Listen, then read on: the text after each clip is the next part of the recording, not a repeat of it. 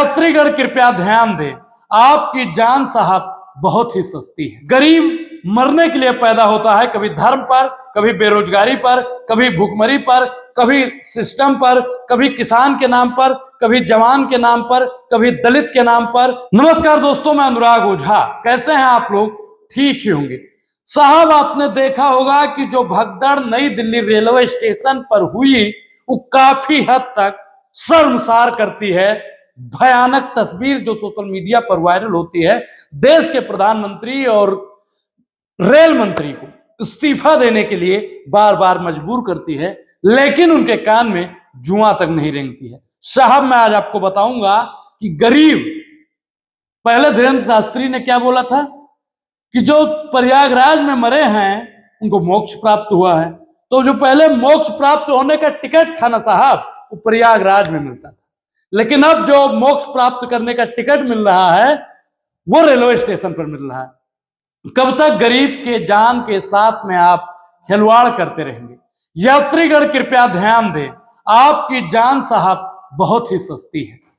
सरकार को फर्क नहीं पड़ता है कौन कितना कब मरता है। गरीब मरने के लिए पैदा होता है, कभी धर्म पर, कभी बेरोजगारी पर, कभी भूखमरी पर, कभी सिस्टम पर, कभी किसान के नाम पर, कभी जवान के नाम पर, कभी दलित के नाम पर। सिर्फ और सिर्फ हम जैसे मिडिल क्लास के लोग साहब पैदा ही हुए हैं मरने के लिए। सरकार को कोई फर्क नहीं पड़ता है कि गरीब कितना मर रहा है। सरकार को साहब कोई फर्क नहीं पड़ता है कि गरीब, गुरबा, दलित, पिछड़ा, आदिवासी कितना मर रहा है। सरकार तब ध्यान देती है जब कोई बड़ा मरता है। सरकार तब ध्यान देती है जब कोई बड़का बड़का लोग होता है, लेकिन गरीबों की जान की वैल्यू भारतीय जनता पार्टी और वर्तमान सरकार साहब लगा नहीं रही है। आखिर क्यों? आखिर क्या चाहती है सरकार? आप बताइए साहब कि जिस प्रकार से इस देश में अफरा तफरी का माहौल बन रहा है, जिस प्रकार से ये दुर्भाग्यपूर्ण घटना हुई, सरकार आंकड़ा छिपा रही है।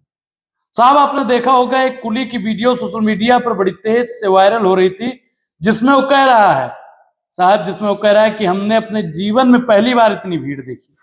लेकिन साहब कोई मतलब नहीं है। आपको बता दें कि ये तस्वीर को आप देखिए जरा, देखिए इस तस्वीर को, कितनी भयानक और कितनी भीड़ भाड़ वाली ये तस्वीर है। साहब, आपको बता दें कि प्रश्न, आकाश से सूर्य ग्रहण कब पड़ता है, इसका जिम्मेदार कौन है? उत्तर आता है चंद्रमा। दूसरा प्रश्न आता है कि हम लोग अंग्रेजों के गुलाम बने थे, इसके लिए कौन जिम्मेदार है? उत्तर इसका होता है तत्कालीन राजाओं का लालच।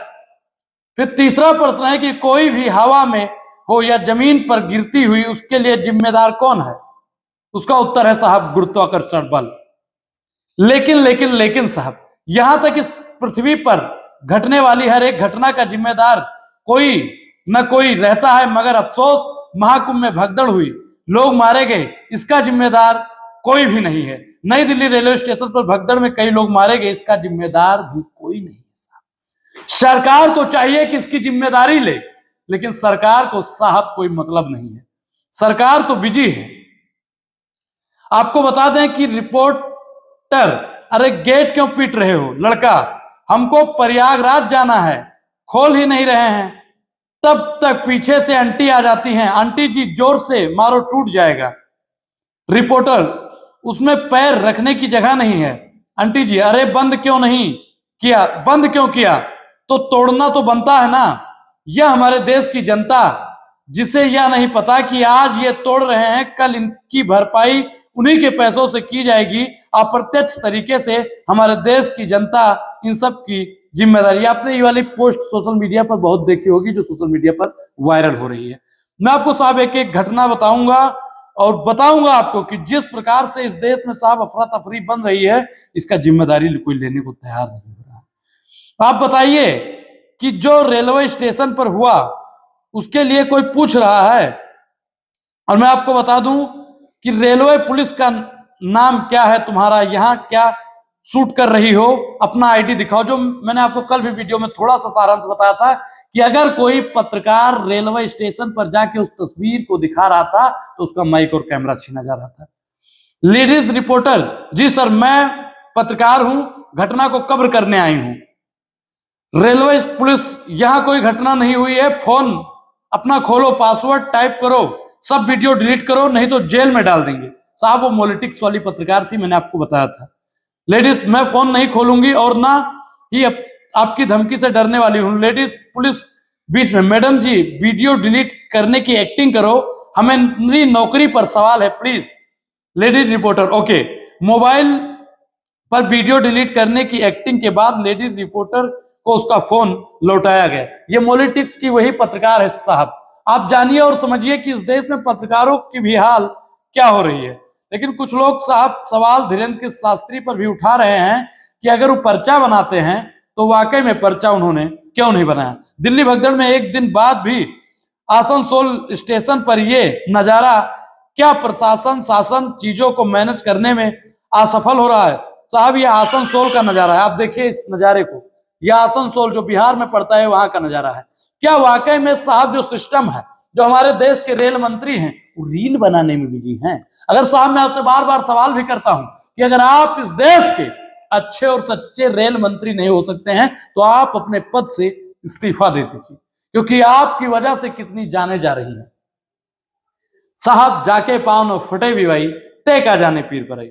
आप अगर इस्तीफा नहीं देते हैं तो साहब क्या ही कर सकते हैं। लोगों की जिंदगी से खिलवाड़ बंद करो और अश्विनी वैष्णव जी तत्काल इस्तीफा दो।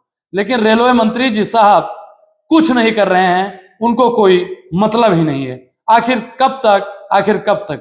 पहले बातें तो साहब हवा हवाई में होती थी, आप सब जानते हैं, लेकिन अब हवाई जहाज में हाथ हिलाकर लोगों के साथ में अभिवादन और वो किया जा रहा है। खैर उस मुद्दे पर बात नहीं करेंगे। आप मुझे बताइए कि पटना गया पैसेंजर में इस कद्र भीड़, ट्रेन की संख्या अगर नहीं बढ़ा सकते तो कम से कम बोगियों की संख्या बढ़ा दीजिए अश्विनी वैष्णव जी। आप साहब इस मंजर को देखिए और समझिए। देखिए भीड़, देखिए साहब, भीड़ बेकाबू है।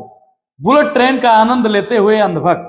देखिए सरकार को सोचना चाहिए और उन अंधभक्तों को भी सोचना चाहिए जो लगातार भारतीय जनता पार्टी से सवाल पूछने वालों को गरियाने का काम करते हैं। तो आप लोग कमेंट में जरूर बताइएगा कि उन भगदड़ में कितने लोग मारे गए।